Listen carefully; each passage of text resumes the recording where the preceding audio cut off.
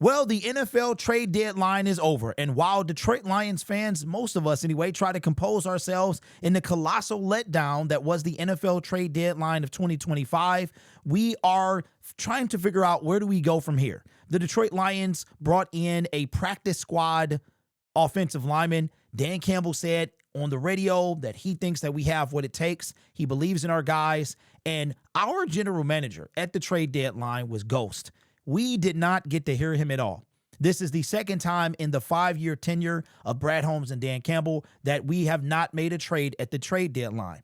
So now we're going to have, first of all, I am not overreacting. I am stating facts. If anybody is talking about us building a dynasty, you, my friends, are overreacting. This channel is not about negativity. It's about realism. And the facts of the matter are that the Detroit Lions are still a team trying to get to their first Super Bowl. So if anybody is wilding out, it is you guys in the comment section talking about building a winner when we barely know what that feels like, building a consistent winner. The fact that some of you utter dynasty is absolutely and utterly despicable to me. It shows how desperate we are as Detroit Lions fans. And like I told y'all before, playtime is over. Brad Holmes and Dan Campbell have one job to do. That is make the Detroit Lions a Super Bowl champion. And there's been a lot of fluff. You know why Brad Holmes and Dan Campbell mean so much to us, Brad in particular, because he took this team from the gutter that was Matt Patricia, that was created from firing Jim Caldwell. Let's not forget about that. So he took this team from the gutter of Matt Patricia and in a short time was able to make us Super Bowl contenders. But we might actually be pretenders instead. We'll all see in a bit. There is one goal every single year, and especially for Detroit Lions fans, who, by the way, are the only NFC team. Every Lions fan should know two stats by heart. We are the only NFC team to never appear in the Super Bowl. You should know three, actually. One, the Detroit Lions are 4 teams to never appear in the Super Bowl. 2, the Detroit Lions are the only NFC team to never appear in the Super Bowl. And 3 is that the Detroit Lions are the oldest team in the NFL. The only original team to never appear in a Super Bowl. That's right. You have the Jacksonville Jaguars, you have the Houston Texans, you have the relocated Cleveland Browns, and you have the 1934 Detroit Lions. Like I told y'all, hey, I see a big tray. I'm leaving here with something. You get your filthy hands off me. That's where we are. And this is not all doom and gloom. This is not a negative channel. We still got a game to play. We still got power rankings to talk about. But now there's been a deflating in the fan base. The fan base is deflated because we see our opportunity of a Super Bowl slipping away because of poor general manager decisions in the present. See, it's only so long, and I told y'all this before, and I'm going to speak on it right now. This is the moment, in my opinion, that the trajectory of the Detroit Lions is going to start going down if changes aren't made. And I'm not talking about firing anybody. I'm talking about we need to take we're going to have to make something happen. We already talked about the Detroit Lions roster, how there's 4 to 5 defensive linemen under contract, how we'll be moving on from Alex Anzalone most likely, how we need to sign Brian Branch, Sam Laporta, Jahmyr Gibbs. What are we going to do with Malcolm Rodriguez? So there's some stuff that needs to be made. And while everybody wants to talk about how Jared Goff can't move in the pocket, who is the guy that decided to sign him to a 4-year deal? Oh, you have nothing to say about that one, right? That same general manager that we keep praising. If you have a problem with Jared Goff, he is the one that believed in him, that said, we're going to lock you up for 3 years minimum. The Lions' potential out is not for 2.5 more years. And I don't think they're going to take it then. Go look at Jared Goff cap hits and you tell me if the Lions have a way out. They don't. If you're complaining about us not having the money now, then wait until they cut Jared Goff or they decide to take that dead cap on. All right. So that this channel is not going to become a bash Brad Holmes channel, anything like that, a poopity scoops channel. It's not going to become that. But what it is going to be is the beacon of light, the voice of truth. And as my fellow YouTubians, my fellow content creators, they come over, they have now seen the light and they now have it in them to criticize Brad Holmes. Your boy has been leading the charge since the very beginning, right? And I will toot my own doggone horn because I've been saying it. Just like if Brad Holmes wins the Super Bowl, I will eat whatever crow pie you make me. and I eat it and then have you bake me another one. Because ain't nothing, anything, my integrity or my looking stupid, I'm willing to say I was wrong for a Super Bowl. But I want to show you there's somebody that we have been watching in the shadows conduct absolute business. All right. And this guy is Super Bowl champion Howie Roseman, the general manager of the Philadelphia Eagles. And we've heard during the offseason and even during the trade deadline that this was the team that was willing to offer 3 first-round picks for defensive end Myles Garrett. And I guarantee, like I am 99.99999% sure that with Myles Garrett, the Philadelphia Eagles are winning the Super Bowl again.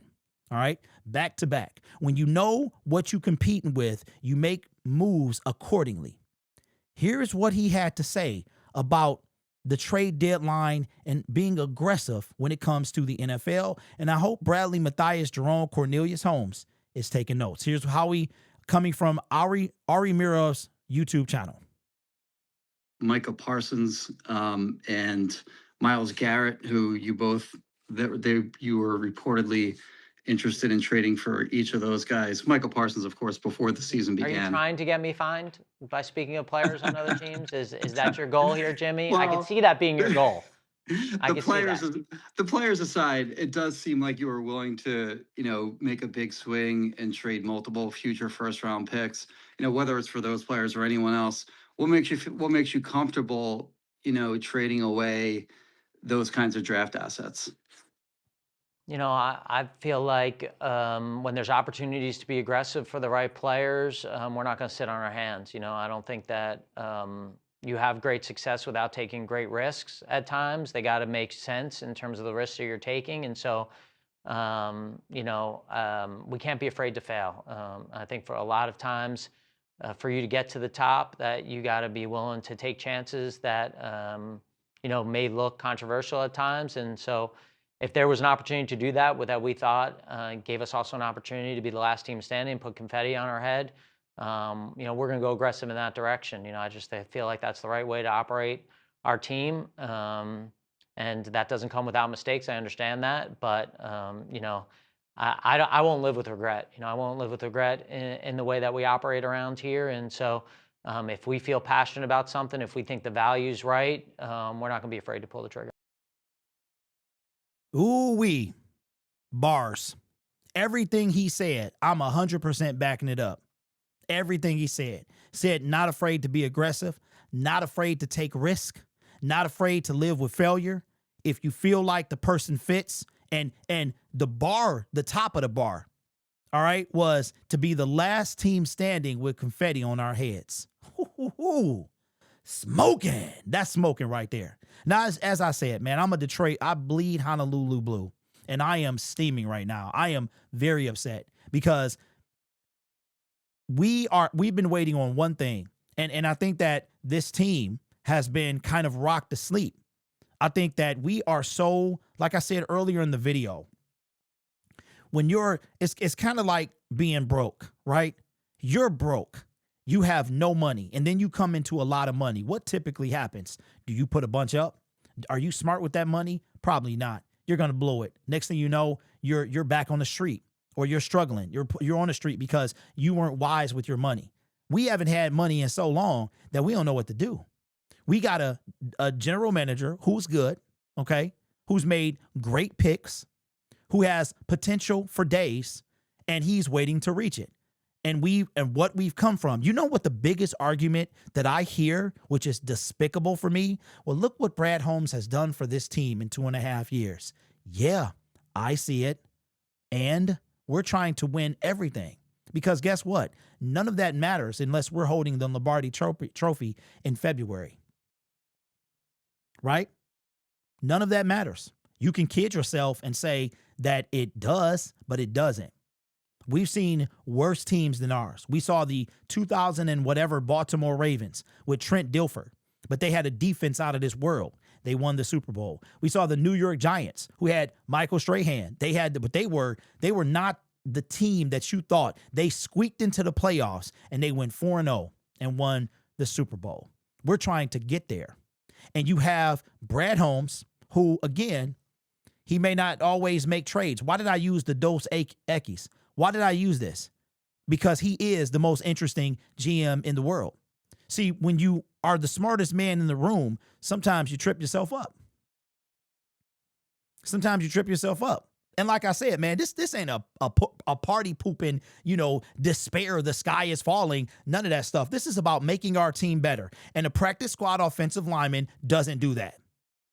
Marcus Davenport doesn't do that. Emmanuel Mosley doesn't do that. Josh Pascal doesn't do that. We've already been down this road. So here's what I want you to understand. While you are feeling some type of way and you want to be mad at me, that's all right. I can take it. I am the Dark Knight. I can be those things. They'll hunt me. They'll sick the dogs on me. You go right ahead. Because at the end of the day, Brad Holmes and Dan Campbell told you today by not making a trade move that this team is capable of winning the Super Bowl this year. And if it does not happen, they failed and they were wrong. I'm going to say that again. They failed and they were wrong. See, I can be wrong and I will be wrong. I have been wrong and I will admit it. And the moment, if we don't, so here's what we're going to do. Lions win a Super Bowl. You already know what I'm going to do. You already know what I'm going to do. I have to eat a bunch of crow. I might bake me a crow pie, metaphorically, and eat it. But if we don't win the Super Bowl, you have to admit that Brad Holmes and Dan Campbell were wrong. You have to admit it. Admit it. You don't get to the mountaintop without cracking some eggs. And the only egg that we cracked, we granted Matthew Stafford his way out, and we took a positional value pick in Jahmyr Gibbs. That's it. That's the only eggs that we've cracked. We owe $1 billion to 9 people. The quarterback that you guys love to hate is locked in for the foreseeable future. And we decide to do diddly squat at the trade deadline, which means that the 53 people that will be on the roster when we head into the playoffs, hopefully, all right, because we are the 7th seed right now. We are the 7th seed. That means we have to win, get in the playoffs, and go 4-0 in the playoffs to hoist the Lombardi. Those 53 men and 16 on the practice squad are a Super Bowl winning team. And I'm going to tell you, I don't think that's the case. I do not mind being wrong, and I hope I am. I don't think it's the case. We'll find out in a little over 3 months. But let me know what you think in the comments below. What is your opinion of Brad Holmes? Y'all think I hate the guy. I don't hate him. I think he's arrogant. I think he's arrogant. I think we give him more credit than he deserves. I do. Look, I'm not sugarcoating anything. I might have been salt baying some stuff, sprinkling some salt, trying to, not be so kind of where it's, ooh, that's a little bitter, so bitter. But now I don't care, bro. You drinking Kool-Aid with a bunch of sugar in it. I'm Lawry's all on that thing. The whole bottle of Lawry's is on that.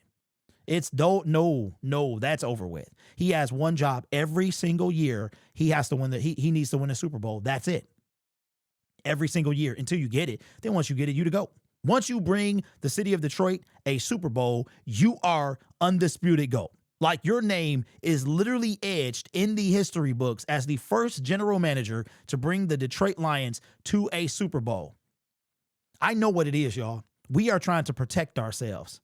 We have been down for so long that the little bitty ounce of success that we've had for 2.5 years has got us shook. Now we thinking tank top screaming, Lotto, I don't fit you. We are now roses. what the Outcast song is? Caroline. We are that. That's where we at. We are that. So let me know what you think in the comments below. It's going to be, we got a lot of games left, and I'm enjoy the ride.